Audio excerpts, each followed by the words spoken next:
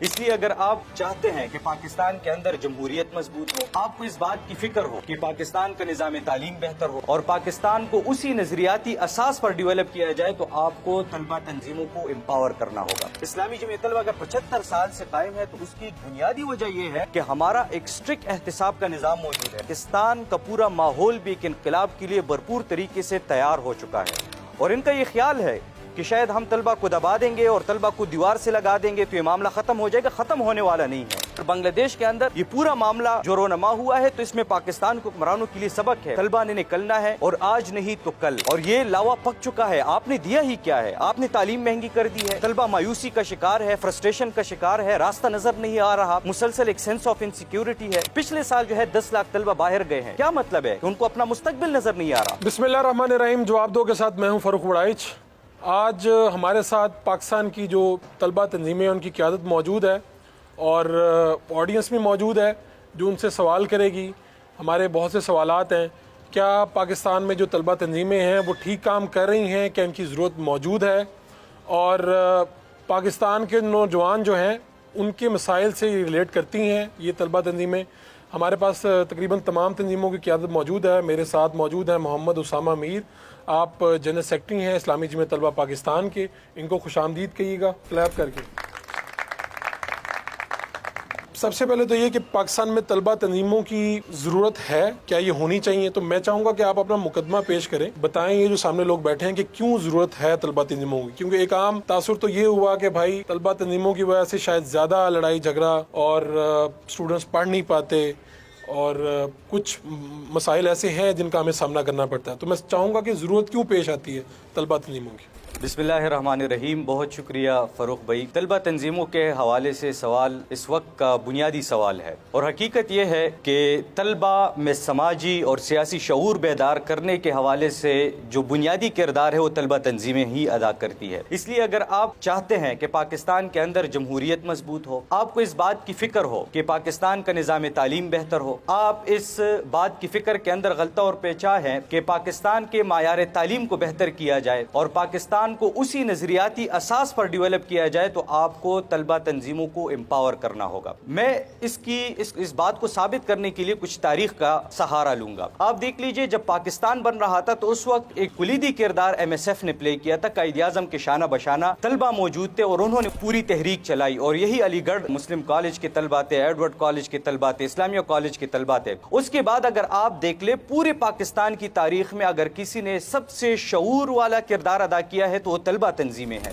یعنی ایوب خان جب آیا ڈکٹیٹر اور اس نے تمام پولیٹیکل پارٹیز کو بین کیا، تو اس کے مد مقابل اگر کوئی کڑا تھا تو وہ طلبہ تنظیمیں تھی، وہ طلبہ تھے کہ جس نے ان کو گھٹنے ٹیکنے پر مجبور کیا اور پاکستان کے اندر پہلے الیکشنز کے لیے راہ ہموار کی۔ تو اگر پاکستان کے اندر پہلے الیکشن منعقد کروائے ہیں تو اس کا کریڈٹ طلبہ کو ہی جاتا ہے، اس کے علاوہ کوئی اور قوت ایسی موجود ہی نہیں تھی۔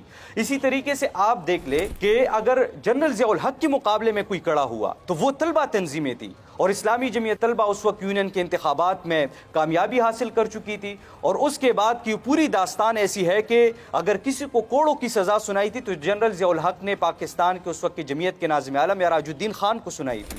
اور اسی طریقے سے یہ طلبہ تھے کہ جو جیلوں کے اندر موجود تھے، تمام طلبہ کو جو اس پوری مہم کا اور تحریک کا حصہ تھے ان کو ریسٹیکیٹ کر دیا گیا۔ تو اسی طریقے سے جو جمہوریت کے لیے جدوجہد ہے اس میں طلبہ کا ایک بنیادی کردار رہا ہے۔ آپ اس سے ہٹ کر بھی سماج میں دیکھ لیں تو اگر بنگلہ دیش کی اس پورے ایپیسوڈ میں کہ جس میں یہ سب اس کے ذمہ دار تھے، چاہے وہ آرمی تھی یا اس وقت کی پولیٹیکل پارٹیز تھی، انہوں نے ملک توڑنے کے اندر کردار ادا کیا، تو طلبہ میدان میں موجود تھے اور بنگلہ دیش نامنظور کی تحریک چلا رہے تھے۔ اگر ہمارے پاکستان کی تاریخ کے اندر پوری تاریخ کا کوئی ماتے کا جمر ہے وہ تحریک ختم نبوت ہے۔ اس کا آغاز طلبہ نے کیا تھا اور اس کی پوری تحریک طلبہ نے چلائی تھی کہ جس پر پھر پوری قوم ایک ہی جگہ پر متحد ہوئی اور انہوں نے قادیانیوں کو کافر ڈکلیئر کر دیا ہے۔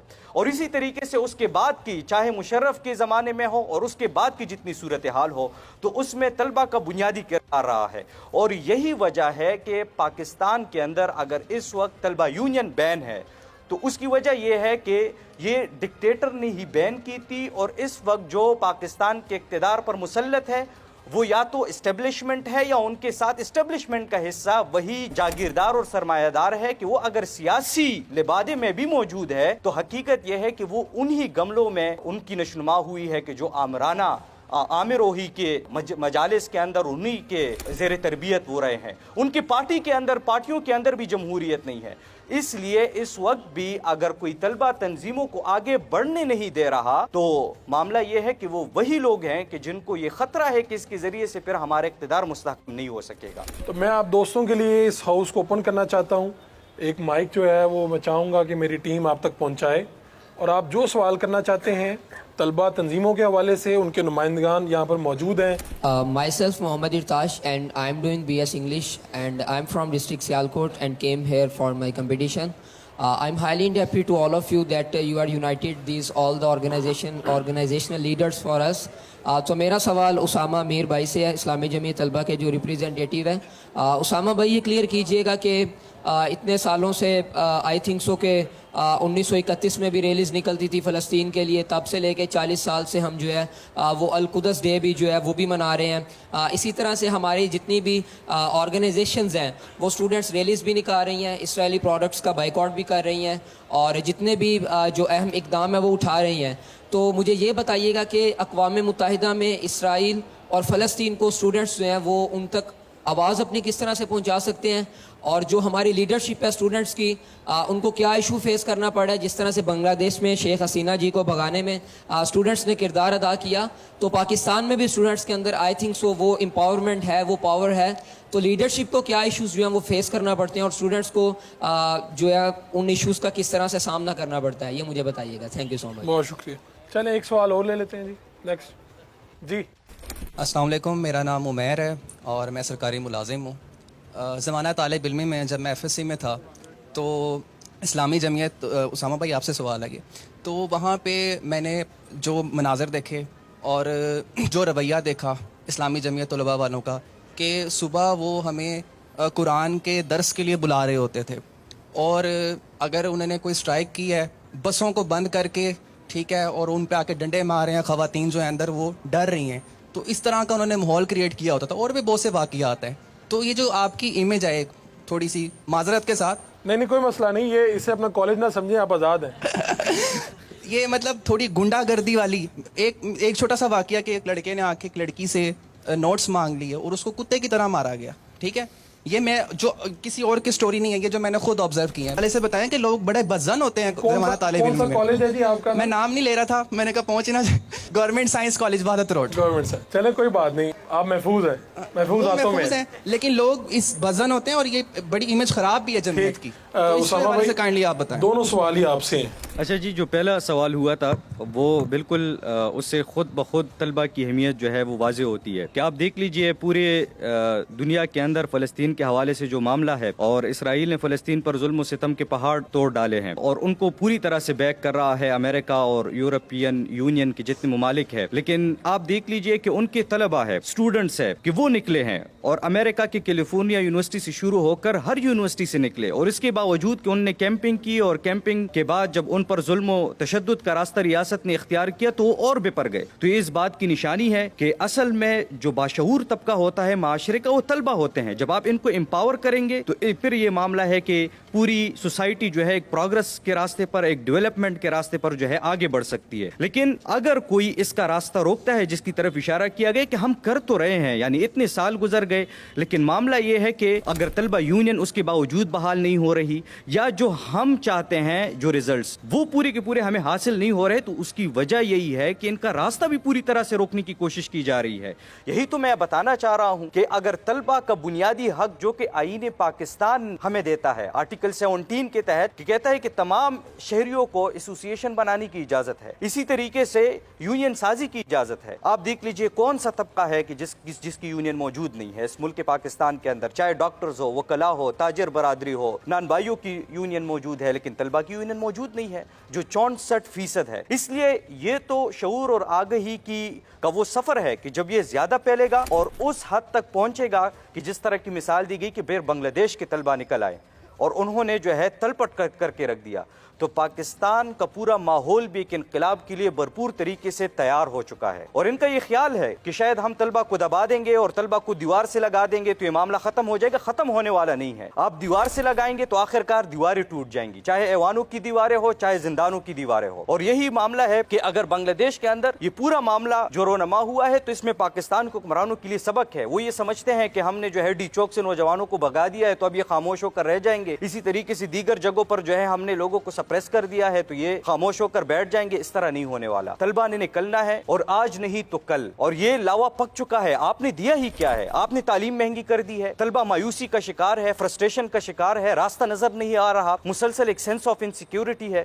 ہر سال بلکہ پچھلے سال جو ہے 10 لاکھ طلبہ باہر گئے ہیں. کیا مطلب ہے کہ ان کو اپنا مستقبل نظر نہیں آ رہا. اس لیے یہ جو طلبہ کی موبلائزیشن ہے یہ وقت کے ساتھ ساتھ بڑھ رہی ہے. اور اگر آپ کہہ رہے ہیں کہ جو رزلٹ ہمیں مطلوب ہے وہ نظر نہیں آ رہے تو ان قریب وہ نظر آ جائیں گے. دوسری بات جو کہیں نہ کہیں پر ایسی صورتحال کی طرف ساتھی نے نشاندہی کی ہے, تو پہلی بات یہ ہے کہ اسلامی جمعیت طلبہ کی پوری اجتماعیت کے اندر جتنا ہمارا وقت, میں سب سے پہلے تو میں اپنی مثال دوں گا, میں اسلامک یونیورسٹی کا ناظم رہا ہوں, جتنا دورانیہ میرا جمعیت کے اندر میں رہ کر گزرا ہے میں نے کبھی جو ہے اس طرح کا واقعہ نہیں دیکھا. اور اگر کہیں پر ایسا واقعہ رونما ہوا ہے تو اسلامی جمعیت طلبہ کی تنظیم ہے. یہاں پر ہر قسم کے لوگ ہمارے پاس آتے, اسی معاشرے سے آتے ہیں. اس معاشرے کے اندر اگر وائلنس کا کلچر موجود ہے تو وہ آتے ہیں, ہم ان کی تربیت کرتے ہیں, ہم ان کو راستہ دکھاتے ہیں. اس کے بعد اگر کوئی اس طرح کا عمل کرتا ہے تو اس کے خلاف ہمارا احتساب کا ایک بھرپور نظام موجود ہے. اسلامی جمعیت طلبہ اگر 75 سال سے قائم ہے تو اس کی ایک بنیادی وجہ یہ ہے کہ ہمارا ایک اسٹرکٹ احتساب کا نظام موجود ہے اور اس کی بنیاد پر کارروائی ہوتی ہے. چاہے شاید باہر دنیا کے اندر اور دیگر پارٹیوں کے اندر اس طرح کے لوگوں کو جو ہے تمغے پہنائے جاتے ہو, ہمارے ہاں ان کو جو ہے کک آؤٹ کر دیا جاتا ہے, آرگنائزیشن سے نکالا جاتا ہے اگر کوئی اس طرح کی کبھی حرکت کرے. اور اس میں کوئی یہ نہیں دیکھا جاتا کہ وہ کوئی کس درجے کا ناظم ہے یا کوئی اور ہے. اس لیے میں آخری بات اس میں ایڈ کرنا چاہتا ہوں آپ کی سمجھنے کے لیے کہ اسلامی جمعیت طلبہ کے اندر کیڈرز ہے. یعنی ایک وہ ہے کہ عام طلبہ اس میں آتے ہیں, وہ کارکنان کو ہم اس کے نام سے اس کو یاد کرتے ہیں, پھر رفیق ہے, پھر امیدوار ہے, پھر رکن ہے. ٹھیک ہے, اب کہیں پہ بالکل کچھ نئے افراد ہوتے ہیں اور وہ جمعیت کا نام استعمال کرتے ہیں اور کچھ بھی کر گزرتے ہیں اور جمعیت پر اس کا الزام آتا ہے. اس طرح کے واقعات موجود ہے, لیکن اسلامی جمعیت طلبہ ہر وقت اس کی اصلاح کی کوشش بھی کرتی ہے اور اگر اس طرح کے کوئی سیریس واقع ہو تو اس پہ ایکشن بھی کرتی ہے. بہت شکریہ. جی, میرا نام ذوالقرنین حیدر ہے, میں پنجاب یونیورسٹی سے اسلامی سینٹر سے ہوں.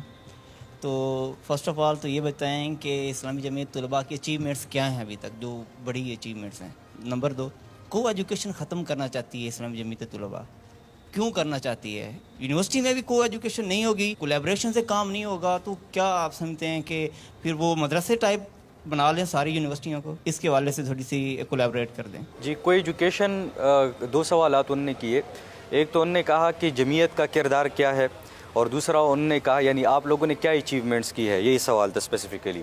اور دوسرا یہ تھا کہ کوئی ایجوکیشن. دیکھیے, اسلامی جمعیت طلبہ نے طلبہ کی تربیت کی ہے, شعور دیا ہے, ان کو اپنی زندگی کا مقصد دیا ہے, ان کو تعلیم میں آگے بڑھایا ہے, ان کو فیسیلیٹیٹ کیا ہے.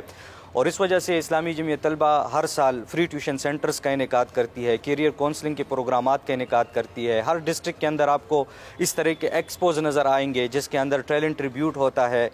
ہم نے اس سال کراچی کے اندر ٹیکنو فیسٹ کیا, اسلام آباد کے اندر جو ہے ٹیکنالوجی سے ریلیٹڈ بس ٹیک کیا اور دیگر تمام سرگرمیاں کی. اور اس تمام سرگرمیوں کا مقصد یہ ہوتا ہے کہ طلبہ کو شعور اور آگہی دی جائے, ان کو زندگی کی مقصدیت سے آگاہ کیا جائے اور ان کو اس ملک اور ملت کے لیے جو ہے مفید بنایا جائے.